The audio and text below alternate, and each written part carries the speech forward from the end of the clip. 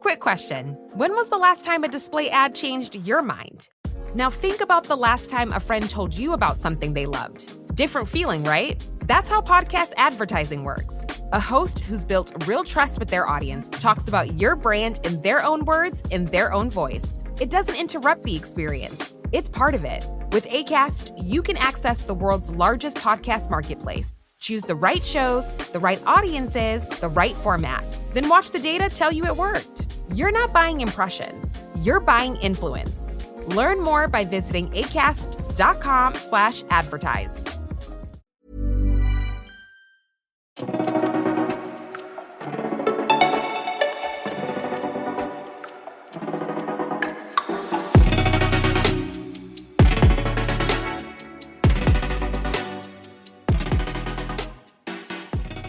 Bonjour et bienvenue sur un nouvel épisode du podcast La Pointe. Je suis Christophe Augier, je suis en compagnie de Frédéric Durand. Bonjour Christophe, bonjour à tous. Aujourd'hui, on ne vous parle pas de sport, on vous parle de résurrection. Imaginez une piscine des Catalans chauffée à blanc, une jauge de spectateurs qui explose et un club, le Cercle des Nageurs de Marseille, face à son destin.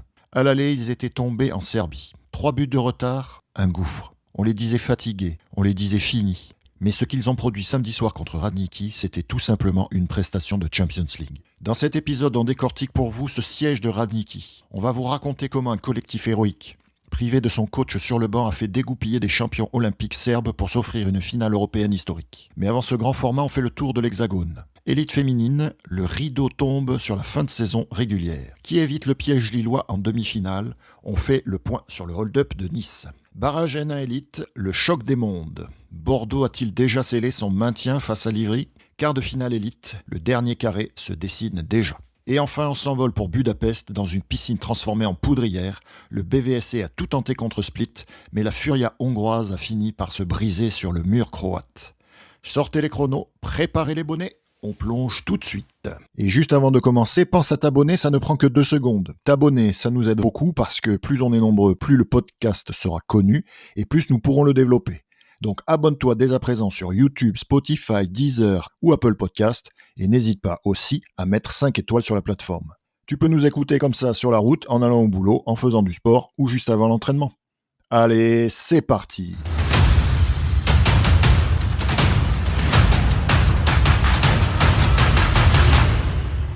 Programme chargé pour ce nouvel épisode avec l'élite féminine qui voyait son championnat se clôturer avec cette journée 14 et on verra l'incidence de ces derniers matchs, suivi par le barrage N1 Élite, les quarts de finale Élite et enfin un grand format sur la performance du Cercle des Nageurs de Marseille.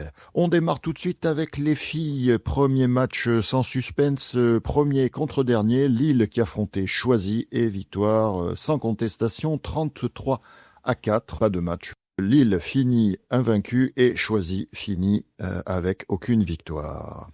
Deuxième match sur cette journée, on avait Nice qui recevait Bordeaux, victoire des Niçoises sur le fil 8-7 et un match qui a toute son importance. Frédéric, tu vas nous dire ça au classement. Ouais Christophe, le but du jeu c'est d'éviter la 4e place puisque la 4e place correspond à un affrontement avec Lille qui a archi-dominé la division cette année. Ça nous donne un classement, on va voir l'importance comme de cette victoire des Niçoises. Lille donc premier avec 36 points, tout le monde compte 12 matchs, le championnat est terminé. Donc Lille 36 points, suivi de Nice qui finit deuxième avec 22 points. Nancy suit avec 21 points. On rappelle que les Nancéennes ont été privées de 6 points mais elles accrochent quand même le podium sur cette phase régulière. Bordeaux, donc, qui fait la mauvaise opération de la journée, qui suit avec 19 points 4e. Donc ça, c'est les 4 places de play-off. Ensuite, Toulon, 16 points. Taverny 6 et comme tu l'as dit, Choisy 0. Donc ce qui nous donnera des demi-finales et finales qui se disputeront les 16 et 17 mai à Lille. Lille archi favorite pour l'instant de cette compétition. Donc Lille-Bordeaux à 18h et Nice-Nancy à 19h45 le 16 mai qui sera en finale et qui remportera ce championnat. Réponse la semaine prochaine. Avant d'attaquer les barrages et les quarts de finale, on avait un match en retard. Pour cette dernière journée, Bordeaux qui recevait Marseille juste avant la demi-finale retour de Coupe d'Europe.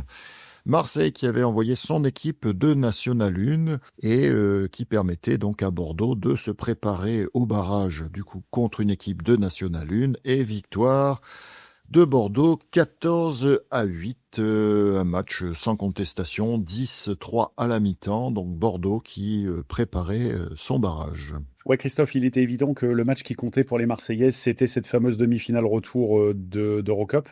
Donc le match à Bordeaux étant placé le mercredi soir, il était clair que le Cercle allait envoyer donc son équipe B, j'allais dire, l'équipe de N1, qui a pas trop existé quand même sur ce match-là, ce qui peut renforcer l'idée que Bordeaux allait partir favori contre Livry-Gargan, puisque on le rappelle, Marseille, dans cette division-là, a battu Livry-Gargan et puis là, quand même, perd assez nettement à Bordeaux. Donc, Bordeaux préparait au mieux son barrage et puis Marseille, écoute, alors oui, ce sera anecdotique, ils finiront pas l'année invaincus et Bordeaux pourra un jour dire qu'ils ont battu Marseille en élite.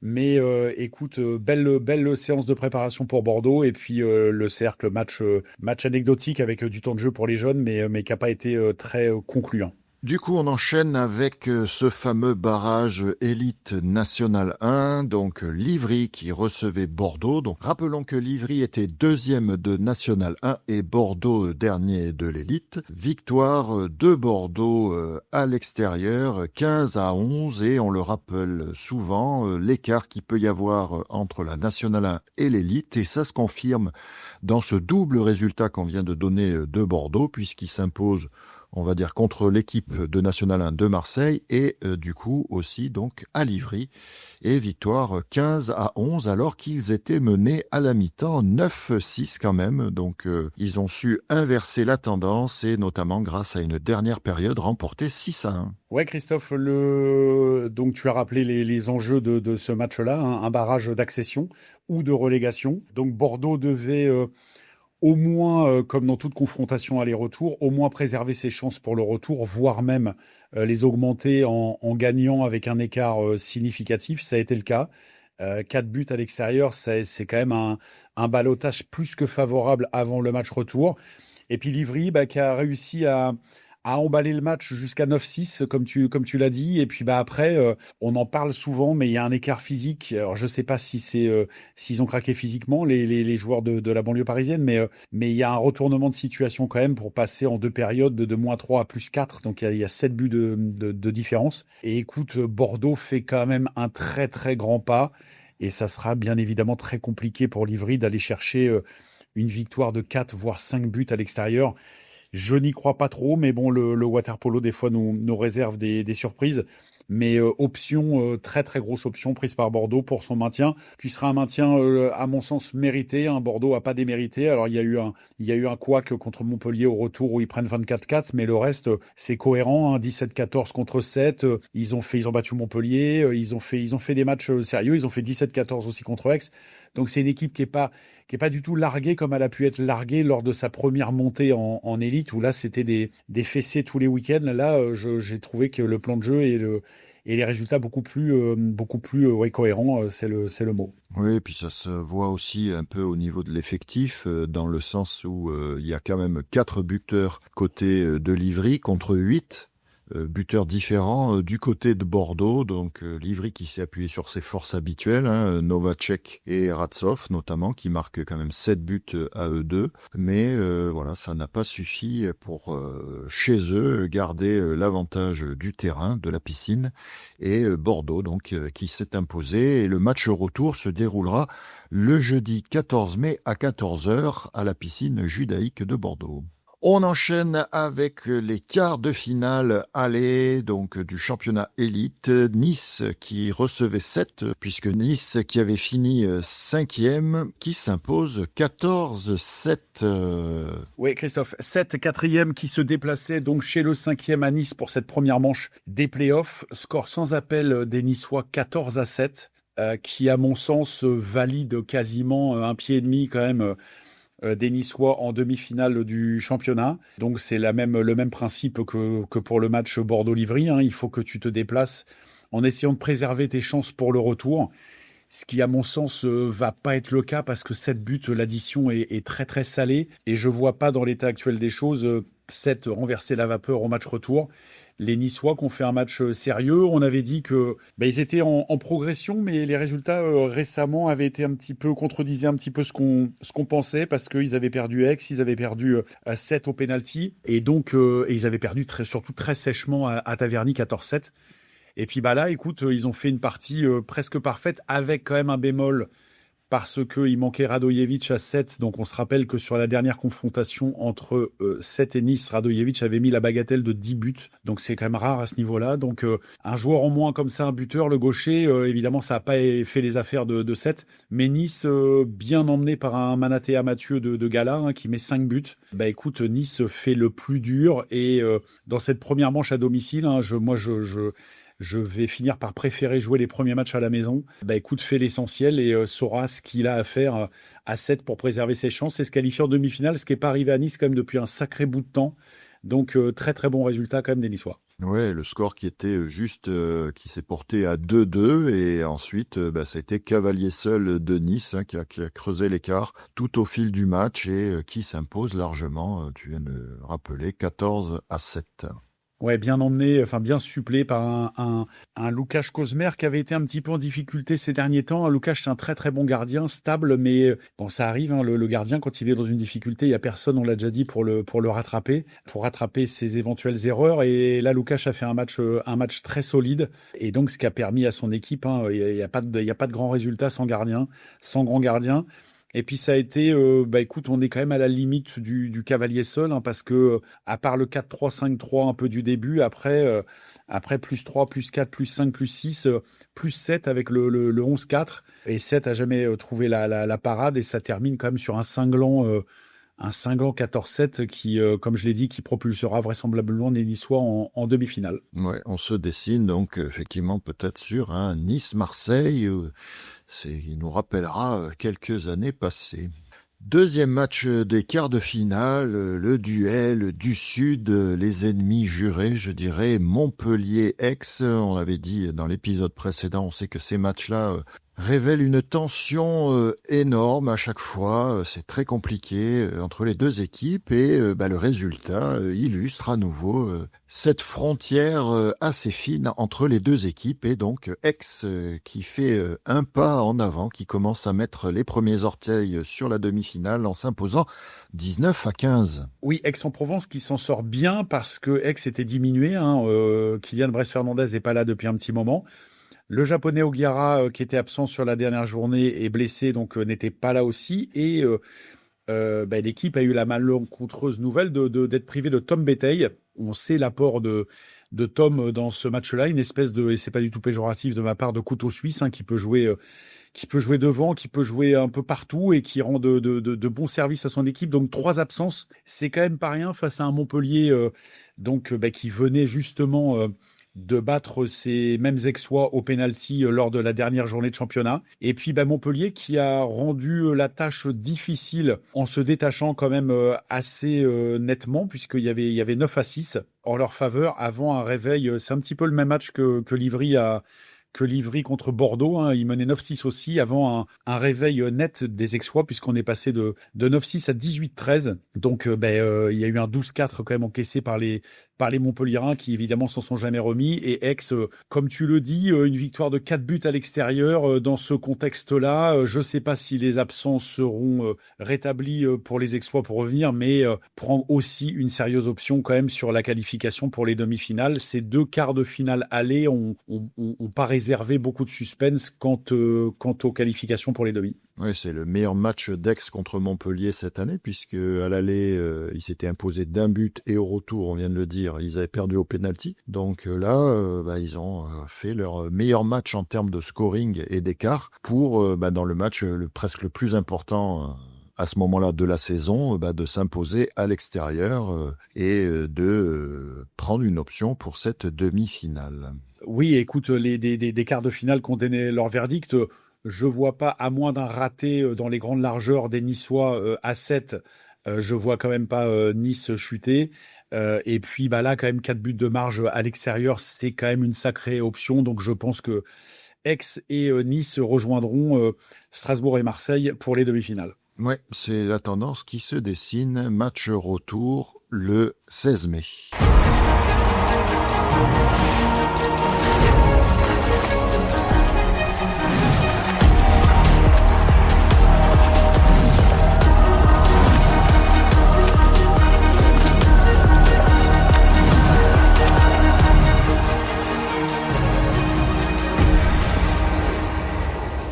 On file du côté de l'Europe et on commence fort, direction Budapest, dans une piscine qui est devenue une véritable poudrière. Les Hongrois du BVSC Mana recevaient les Croates de Split et c'était une soirée électrique. Les Hongrois du BVSC, portés par un public en fusion, n'avaient qu'un but de retard après le match aller. C'était une guerre des nerfs et on a vu des duels physiques à la limite du raisonnable, une défense croate qui a plié sans jamais rompre totalement. Chaque but était suivi d'un rugissement du public avec chaque arrêt du gardien qui était une petite victoire.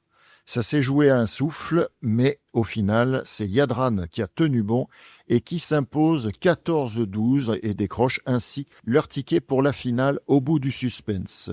C'est cruel pour les Hongrois qui ont touché le rêve du bout du doigt, mais finalement, la solidité croate et leur expérience a permis de faire la différence dans le dernier quart-temps. Jadran Split qui au final mérite sa qualif puisque ils gagnent les deux manches. Alors oui, ils avaient gagné que d'un petit but à la maison, mais je répète, une victoire même d'un but, c'est une victoire et c'est ce qui permet d'arriver à l'extérieur quand même avec une petite confiance, même si la marge est très fine. Et puis ça a été comme au match aller, ça a été un mano à mano tout le long avec très rarement, il y a eu 2 buts d'écart de temps en temps, mais pas plus que ça. Donc aucune équipe s'est vraiment détachée. Vraiment le match serré par excellence. Et puis les Hongrois égalisent à 12-12 à un peu moins de 2 minutes du terme et redonnent donc de l'espoir à leur couleur avant que Marinic Kragic, qui a été le bourreau des Hongrois, qui a mis 7 buts dans ce match-là, et puis scelle le match à 36 secondes de la fin en donnant un but d'avance aux siens. Donc cumulé avec le but de l'aller, ça faisait 2 en 36 secondes. C'est pas rattrapable. Le but du 14-12 est anecdotique parce que c'est un but au buzzer à la fin du match, mais le résultat était déjà plié. Et donc oui, le Jadran Split rejoint... Jadran Split, c'est un club illustre qui a déjà gagné la Ligue des Champions dans les années 90 et rejoint on verra le match d'après, mais rejoint la finale et se qualifie, j'allais dire, de manière un petit peu logique quand même. Il a fallu résister à la Furia hongroise au retour, ils l'ont fait et qualification méritée. Jadran Split, rappelons, une équipe qui était reversée de la Champions League et qui rejoint la finale. Et une belle campagne du BVSC, on en avait parlé aussi dans un épisode précédent, entraîné par l'ancienne gloire hongroise Daniel Varga, mais qui n'a pas réussi dans ces matchs aller-retour à rejoindre la finale pour la première fois de son histoire. On pensait avoir tout vu jusque-là, mais on est passé dans une autre dimension avec ce match retour à Marseille contre Radnički. Et le cercle des nageurs de Marseille attaquait ce match avec un boulet au pied puisqu'il avait 3 buts de retard suite à cette défaite au match aller. Et pendant une bonne partie de la soirée, on a pensé que la montagne était trop haute, mais grâce à un énorme effort collectif des Marseillais, ils ont entamé une remontée fantastique. Ce n'était plus donc du water-polo, c'était le siège de Radnički, la défense de Radnički qui est pourtant réputée comme étant difficile à franchir grâce à Filipovic, son gardien, qui a bien démarré ce match. Mais sous la pression énorme de Marseille et portée par un public en folie, une piscine remplie qui a même dépassé la jauge autorisée, Marseille s'impose 16-11 en effaçant le retard de l'aller et en s'offrant une nouvelle qualification pour la finale. On a eu de l'angoisse dans ce match et on est passé à l'euphorie en un quart-temps. Alors, retenez bien l'affiche de la finale, ça sera Marseille contre Split et on va décortiquer ce match. Ouais, Christophe, il y a tellement de choses à dire sur ce match-là. Une grande soirée aux Catalans un grand moment de sport. Alors évidemment, quand ça se termine par une victoire, c'est bien mieux. Je vais revenir un tout petit peu quand même sur le match aller parce que pour moi, les 3 buts de l'aller ne reflétaient pas l'écart qu'il y avait entre les deux équipes. Je trouvais quand même ce -3, je vais pas dire injuste, parce que c'est pas le sport est pas injuste, mais pour moi, c'était pas un vrai -3, en tout cas en valeur absolue si on jugeait les qualités des deux équipes. Mais ce -3 là, il y était. Donc les Serbes avaient fait ce qu'ils voulaient exactement. Je les avais trouvés pas sereins du tout quand même, avec un banc. Je vais parler quand même du banc avec un entraîneur en chef plus des assistants insupportables qui râlent tout le match, qui essayent de mettre une espèce de pression sur les arbitres, des assistants qui normalement n'ont pas le droit de se lever et qui poussent les arbitres, qui machin sans prendre de carton rouge. J'avais trouvé ça lamentable à l'aller dans un match qui était à +3. Et je me disais quand même qu'au retour, c'était une équipe qui était capable, si le vent était contraire, de dégoupiller tout champion olympique qu'ils sont et toute expérience qu'ils ont. Et donc, Marseille devait rester évidemment complètement focus sur ce qu'ils avaient à faire. On avait dit c'était pas une boutade, c'était une réalité. -3 à l'aller, il faut que tu gagnes les 4 périodes d'un but, t'es qualifié. Alors dit comme ça, sur le papier, c'est facile. Après, dans l'eau, évidemment, c'est beaucoup plus compliqué. Et puis, Marseille a fait une entame de match parfaite puisque au bout de 5 minutes, ils avaient déjà fait quasiment tout leur retard. Ils menaient 2-0. Il était crucial de bien démarrer ce match-là parce que si tu te retrouves, toi, à -2 d'entrée de jeu, que tu es à 2-0, ça fait 5 buts de déficit. Donc, tu as une équipe qui s'effondre un peu et l'autre qui est regonflée. Ça n'a pas été le cas. Il y a ce penalty qui est raté, qui aurait pu donner d'entrée de jeu la balle de 3-0. Donc, le débours aurait été complètement annulé. Et les Marseillais se sont pas démobilisés. On va rentrer après un peu plus dans le détail. Mais très très grosse performance du Cercle, il en fallait une de grosse performance. On avait malgré le score du match aller des espoirs, mais les espoirs sont sont souvent la déception est à la mesure de temps en temps de la hauteur des espoirs qui sont placés. Et on avait peur quand même, malgré tout, de finir sur une fausse note avec une défaite ou une victoire mais une élimination. Et Marseille a été fantastique. J'ai pas peur des mots. Héroïque, fantastique, solidaire. Un match de demi-finale de Coupe d'Europe quasi parfaite et on verra le déroulé du match, mais avec un scénario qui leur a été d'abord favorable et ensuite défavorable. Pas de démobilisation. Très très très grand match de polo. Un match de Champions League à mon sens parce que le niveau des deux équipes était très très élevé et pour jouer à ces hauteurs-là, il faut un bagage technique individuelle très élevée, de jambes, de natation, etc., etc. C'est une très très belle promotion pour le polo. Marseille qui dans cette partie a lutté pied à pied. Avant, ça a été un bras de fer longtemps. Marseille a été en position très souvent d'être à +2 et puis de pas réussir à valider ce petit +3. Et puis, écoute, les Serbes ont fait le dos rond, comme ils savent le faire. Et puis avec un grand Perlejnovic à la baguette quand même. Et puis on a craint le pire parce qu'ils sont passés devant à 8-7. Et là, écoute, quand tu mets toute ton énergie et que tu n'arrives pas à maintenir quand même l'écart et que les autres prennent le lead sans forcément être géniaux, mais c'était la réalité. Donc là, il y avait un -4. Et là, dans les tribunes, on se regardait un peu en se disant que ça allait être compliqué. Et puis il fallait, comme je l'avais dit, mettre de la folie pour les dérégler. Et puis Marseille a mis de la folie et les Serbes, ce qui était prévisible à mon sens, ont dégoupillé, se sont mis à plus trop jouer au water-polo. Jaksic, Randelovic, qui ont cherché plus à se battre qu'à jouer au polo, alors qu'ils ont évidemment d'autres arguments que ça. Et puis tu t'aperçois, alors je vais pas, c'est des champions olympiques, donc je vais pas non plus être trop dur avec eux. Mais quand même, tu t'aperçois que quand c'est arbitré normalement, le Cercle n'a pas été très bien arbitré au match aller. Quand c'est arbitré normalement et que les arbitres ne se laissent pas influencer par le statut des joueurs et par ce qu'ils sont, ce qui a été le cas hier, tu sanctionnes et quand ils sont sanctionnés, ça reste des êtres humains qui commencent à douter, qui commencent à se frustrer, qui commencent à mettre des coups et puis qui ont complètement lâché le match parce qu'ils ont pris un 8-2. Quand il y a eu le 8-7 pour eux, ensuite Marseille leur a passé un 8-2 dans une euphorie totale pour passer à 16-10. Et là, on voyait bien qu'à qualif, les Serbes ont lâché. Ils ont abdiqué à un moment donné parce qu'ils ont vu qu'ils n'y arrivaient pas. Tesanovic a été fantastique, bien aidé par sa défense. Et le Cercle a mis les petits buts qu'il fallait à des moments. Les buts, ils comptent tous un, mais tu as des buts que tu marques quand même à des moments de la partie qui te boostent un peu plus. Et tous les joueurs ont participé, tous les joueurs ont été vaillants et chacun a amené sa part. On a été on a été des fois un petit peu sévère, mais à juste titre parce que l'équipe n'était pas au rendez-vous des attentes qu'on avait sur l'effectif qui avait été créé. Donc c'est vrai que des fois, on a eu peut-être la dent dure avec des gars d'Amassi, avec d'autres joueurs. Et quand ils font une prestation comme ils ont fait hier, évidemment, on est obligé de reconnaître quand même qu'ils ont fait un bon match. Et hier, c'était un match de Champions League contre une très, très grosse équipe serbe. Et Marseille il fallait un match un peu fou comme ça pour pouvoir passer. Marseille l'a fait avec 14 joueurs au diapason, et vraiment un super résultat. Ouais, moi, je dirais un peu quelque part, enfin. Enfin, on a vu Marseille. J'exclus le match de Barceloneta où effectivement de s'être imposé là-bas, c'était un super résultat. Mais depuis, on n'avait pas, je trouve, un Marseille au niveau qu'on a vu samedi soir contre Radniki. Donc une équipe Radniki, on sait que on l'a dit aussi plusieurs fois, une équipe difficile à lire. On l'a comparé plusieurs fois à Montpellier, sans dénaturer leur valeur, mais dans la forme des résultats qu'ils produisent. While every other channel is fighting for your customers' attention, podcasts are where they've already given it. No one accidentally listens to a podcast for 45 minutes. They choose to be here. They trust the voice in their ears. And when that voice talks about your brand, it doesn't sound like advertising. It sounds like a recommendation from a friend. Acast gives you that trust at scale. Digital precision, host-read authenticity, and performance data that proves it worked. Don't fight for attention. Buy it with Acast.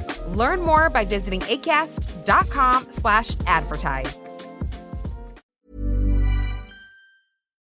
Et on a eu une équipe de Marseille qui, comme tu l'as dit, 14 joueurs qui ont tous été là, qui ont su garder la tête froide aussi parce qu'ils ont quand même les 2 premiers pénaltys qu'ils ont en leur faveur. Les 2 premiers sont ratés. Donc, tu l'as dit, il y a celui du 3-0.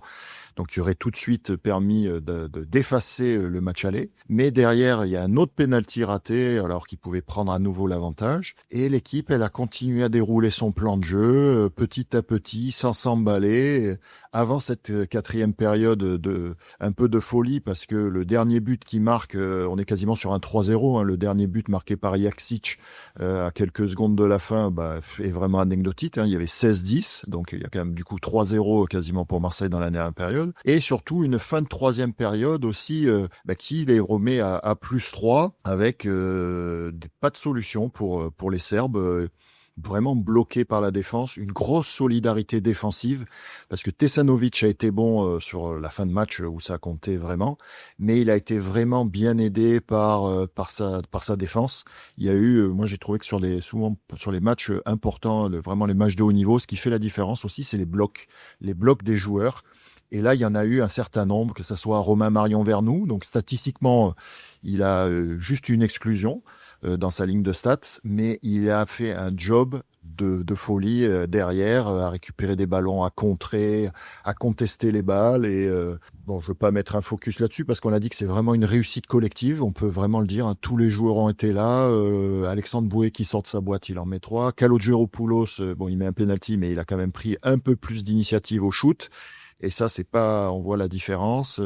Drazovic, on a senti aussi, une équipe vraiment motivée. C'est normal, hein, on va pour jouer la finale. Tout le monde ensemble, tout le monde qui a travaillé ensemble. Je vous invite à écouter. On a fait plusieurs interviews à l'issue du match.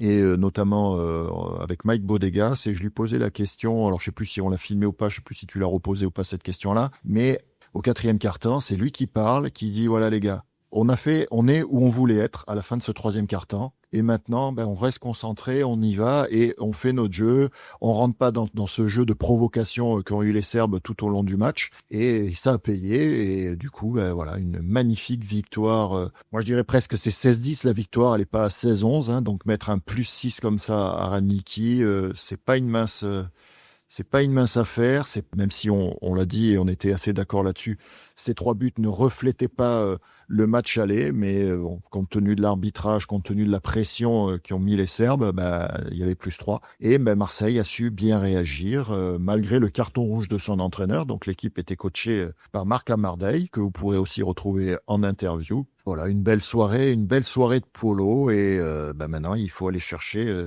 cette finale pour avoir la 2e étoile d'Eurocup après 2019. Et aussi, avant de te repasser la parole, je disais à Marc, peut-être à coacher, tout ça, il me dit, ouais, j'avais l'impression de revenir 6 ans en arrière quand j'étais sur ce banc-là en 2019. Ouais, l'ironie du sort du match aller, c'est que s'il y a un des deux coachs qui a pris un rouge, c'est Miloš Stepanović qui l'a pris, alors que le coach, on reviendra un petit peu plus tard sur les problèmes du polo en Serbie actuellement, parce que ça fait l'actualité. Mais si il y avait eu un des deux coachs à exclure sur le match aller, ça aurait évidemment dû être l'entraîneur de Ranički, ce qui n'a pas été le cas. Donc effectivement, tu joues une demi-finale à la maison avec ton entraîneur qui est là depuis 5 ans, qui est pas aux manettes et qui est en tribune à ronger son frein comme nous tous on l'était. Donc Marc a repris les rênes. C'est pour ça que Marc était à Montpellier.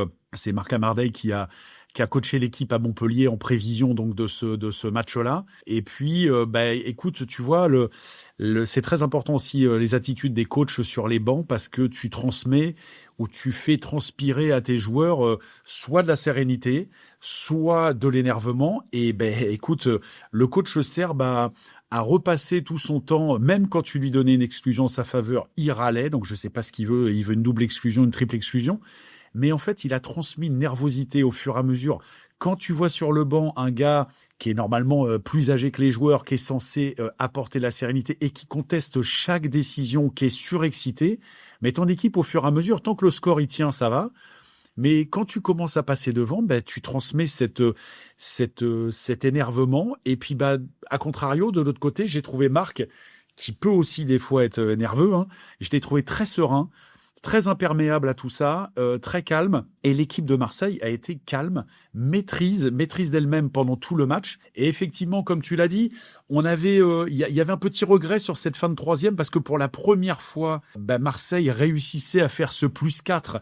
Donc détenait la qualification sur ce penalty d'Alexandre Boué. Il y a eu 5 penaltys pour Marseille avec 5 tireurs différents. Et puis, à 3 secondes de la fin, ce coup franc direct de Vapensky qui remet les compteurs à 0. Et effectivement, ce début de 4e période décisive, Marseille avait fait tout son retard. Et il fallait gagner cette période. Et là, ça a été Gadamassi a mis un but, a fait un travail phénoménal à la pointe sur cette première occasion où il a un camion quand même derrière lui, qui est Jakcic, qui fait 120 kilos, qui pousse.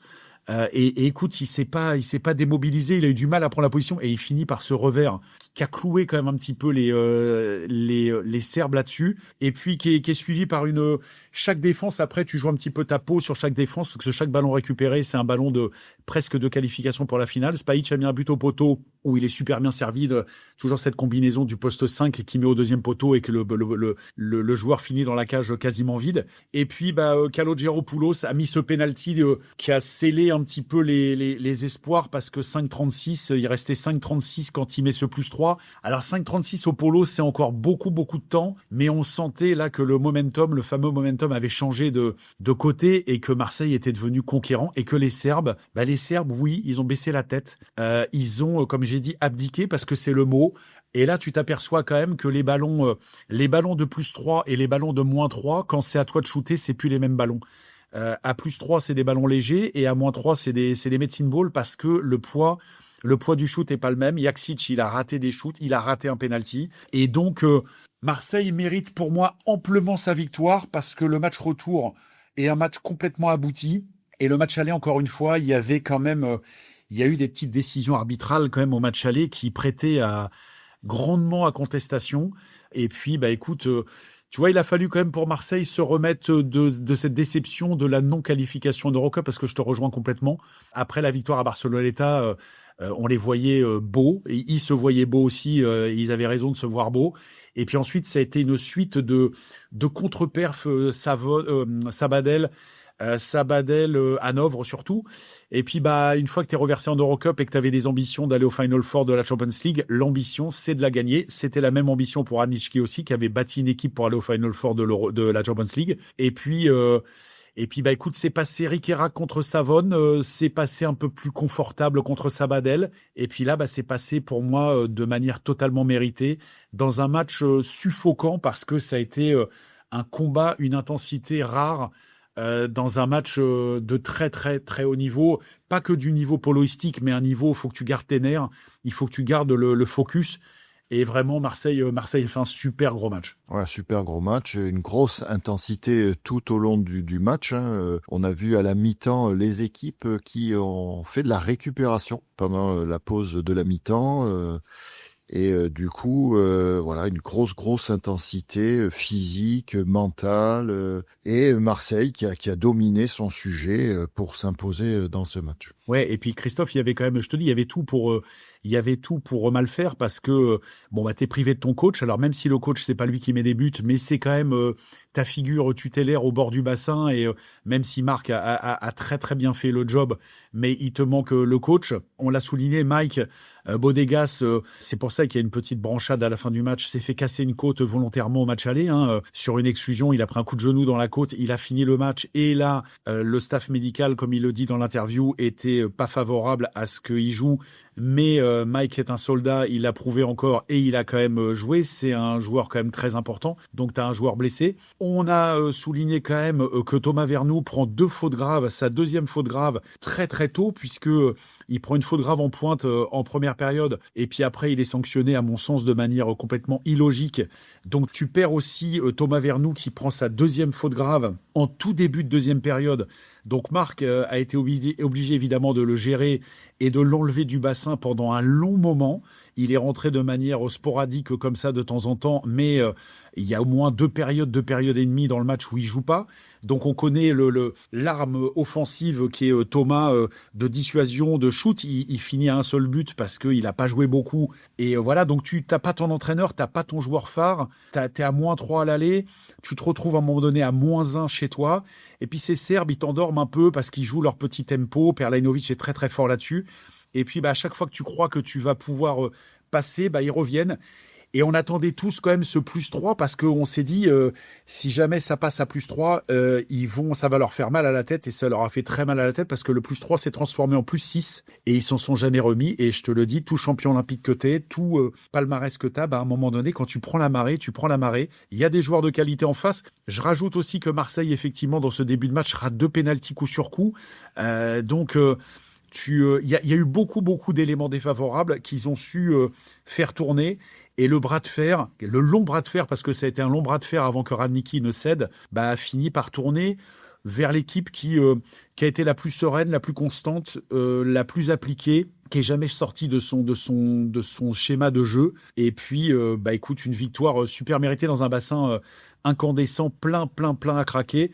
Le Cercle offre quand même des réceptions de matchs comme ça en Coupe d'Europe d'un haut niveau. Écoute, une super soirée européenne et Marseille mérite amplement sa place en finale de cette Eurocup. Oui, son directeur général nous disait, pour lui, c'est le match de l'année de Marseille. Et on espère que ça ne sera pas forcément le match de l'année parce qu'il y a encore une finale à disputer donc en match aller-retour. Le match aller donc devrait être le 23 mai au Cercle des Nageurs de Marseille. Donc comme le souhaitent les joueurs aussi, notamment Mike Bodegas, donc je rappelle encore une fois en interview, nous disait on espère que toute la France du polo sera derrière nous pour aller chercher cette deuxième Coupe d'Europe, même si entre guillemets ça reste que l'Eurocup entre guillemets, mais on a vu quand même samedi soir un match de Champions League avec deux équipes qui étaient là pour ça, qui ont été reversées. Donc sur la finale, en tout cas sur cette demi-finale, on avait quand même 3 équipes qui étaient reversées de Champions League. Donc ça montre quand même le niveau un petit peu supérieur, je dirais, aussi de cette compétition. Et là, on aura une finale de 2 équipes reversées. On l'a dit, Marseille Split. 2 équipes qui donneront tout pour remporter ce trophée qui n'est pas la Champions League, mais qui reste un magnifique trophée. Et des équipes françaises qui ont gagné des coupes européennes, il n'y en a qu'une pour l'instant, c'est Marseille en 2019. Donc on espère qu'il y aura la deuxième étoile de cette Coupe d'Europe pour les Marseillais, qui sera profitable forcément sur notre championnat français. J'espère que ça donnera un peu de moyens aussi à la fédération pour développer et promouvoir ce magnifique sport. Continuer, voilà, on est là pour ça aussi et on aura à cœur de faire tout ça. Hein. Christophe, hier le match, c'est pas un match d'Eurocup. Hier, le match, c'est pas un match. Je dis, c'est un match de Champions League. Oui, c'est supérieur à Hanovre, c'est supérieur pour moi à Sabadell. Hier, Radnicki, il faut pas oublier quand même qu'en début de saison, Ils ont bâti une équipe, ils ont un peu déshabillé, ils ont rapatrié un peu les joueurs serbes, donc ils ont pris des joueurs de Novi Beograd, ils ont pris Perlejnović au cercle, ils ont pris Vlachopoulos à Novi Beograd, ils ont bâti une équipe pour aller éventuellement gagner la Champions League. Pas simplement se qualifier au Final Four. Ils sont tombés sur une poule de Champions League compliquée avec Olympiakos, avec Mladost et le Vasas. Ils se sont fait avoir par le Mladost qui a battu Olympiakos, mais ils ont bâti une équipe pour aller au Final Four de l'Euroleague et avoir des ambitions dans ce. Ils ont mis beaucoup d'argent pour avoir des ambitions dans cette compétition-là. Là, Marseille, c'était le plus gros morceau possible de l'Eurocup, toute équipe confondue. Tu fais -3 à l'aller, tu renverses la table au retour. Moi, je minimise pas du tout. Ça a été un combat âpre de 32 minutes parce que là, il a fallu jouer 32 minutes d'un même niveau. Marseille l'a fait.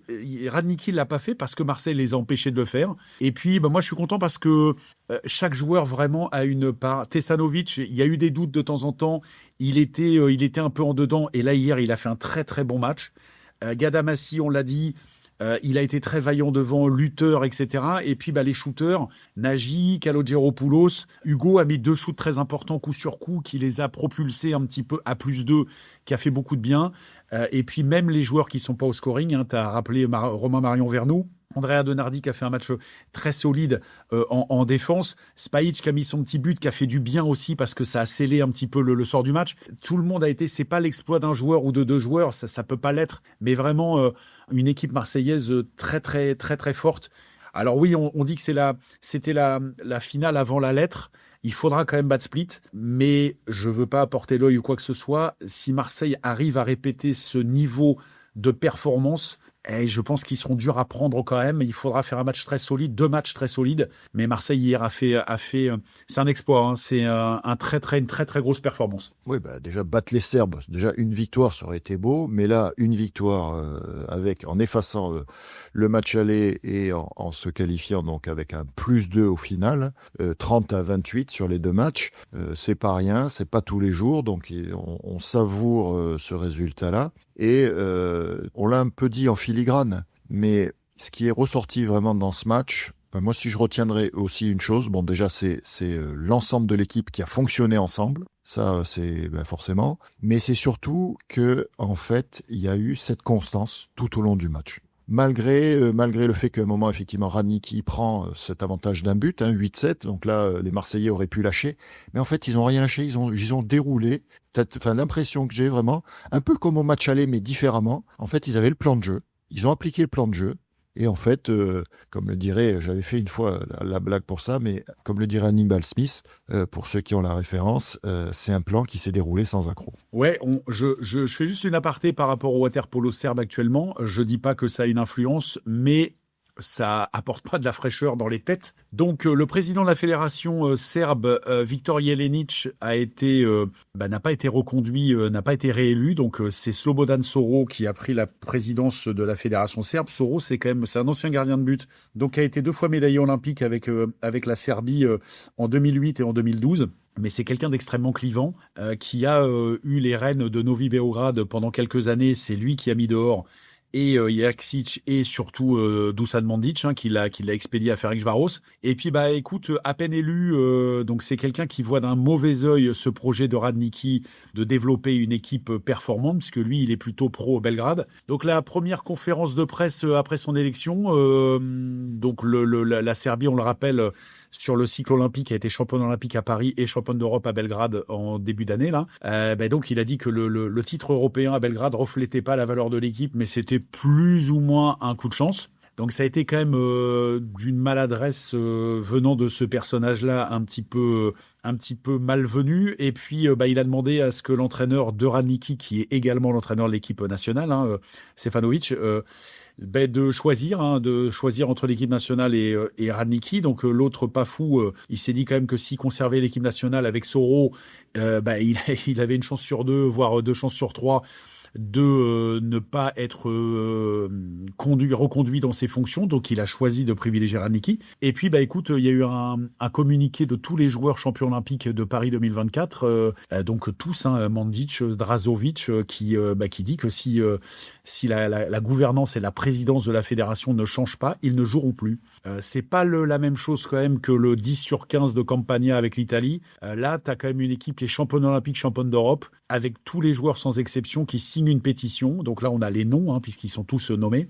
Donc je pense quand même que ce climat il était beaucoup plus serein quand même, Stefanovic, avant, quand il entraînait la Serbie, quand il n'y avait pas tous ces problèmes-là. Et là, je l'ai trouvé particulièrement nerveux sur cette double confrontation. Et effectivement, ça n'aide pas. La sérénité, c'est important quand même à ce niveau-là. Et donc, le polo serbe un petit peu dans la tourmente malgré les très très bons résultats de leur équipe nationale. Et puis, comme tu l'as dit, il faudra être tous derrière pour cette finale du polo français qu'on a bien besoin. Et le club phare de notre polo a répondu présent en espérant, comme tu l'as dit, cette deuxième étoile qui ferait du bien et qui, à mon sens, serait méritée. Il faudra faire 2 grosses prestations contre nos amis croates. Finale aller le 23 mai à Marseille. Venez nombreux, on sait que vous serez nombreux, mais venez, c'est un super spectacle, tous derrière le cercle. Vous pourrez voir le match aussi qui sera diffusé, alors soit sur BFM probablement, Marseille, que vous pouvez voir, ou sur une chaîne YouTube. En tout cas, il y aura moyen de voir le match, ou sur Open Aquatics aussi également. Vous pouvez payer le match, et vous pourrez suivre le match du Cercle des Nageurs de Marseille. Voilà, on arrive à la fin de cet épisode. On espère que vous avez passé un bon moment en notre compagnie. On se donne rendez-vous mardi prochain avec des nouveaux résultats. Merci, ciao. My shopping style is more stay at home than try in store. So my Amex Blue Cash Everyday Card is my go-to accessory. When I shop, it's easy to earn by getting 3% cash back on U.S. online retail purchases. Each order brings me closer to more cash back. So go ahead, add to cart and shop the latest styles. Reinvent your look and reward yourself with Amex. And try on the Blue Cash Everyday Card. Learn more at americanexpress.com/explore-BCE. Terms and cashback cap apply. Here's a tip for you. There's a podcast out there with fans waiting to be your next customer. They tune in every week, they trust the host, and that host wants to talk about brands like yours in their own words to their audience. The problem is, you just haven't been introduced yet. We're Acast, where that introduction happens. As the world's largest podcast marketplace, we let you browse shows, see who's listening, and book host-read sponsorships or run your own ads, all from one platform. Transparent pricing, real-time data, complete control. Start advertising on podcasts by visiting acast.com/advertise. N'hésitez pas à nous laisser vos commentaires. Si l'épisode vous a plu, vous pouvez noter l'épisode, le partager, et pour ne pas manquer les prochains, pensez à vous abonner. À très vite sur La Pointe.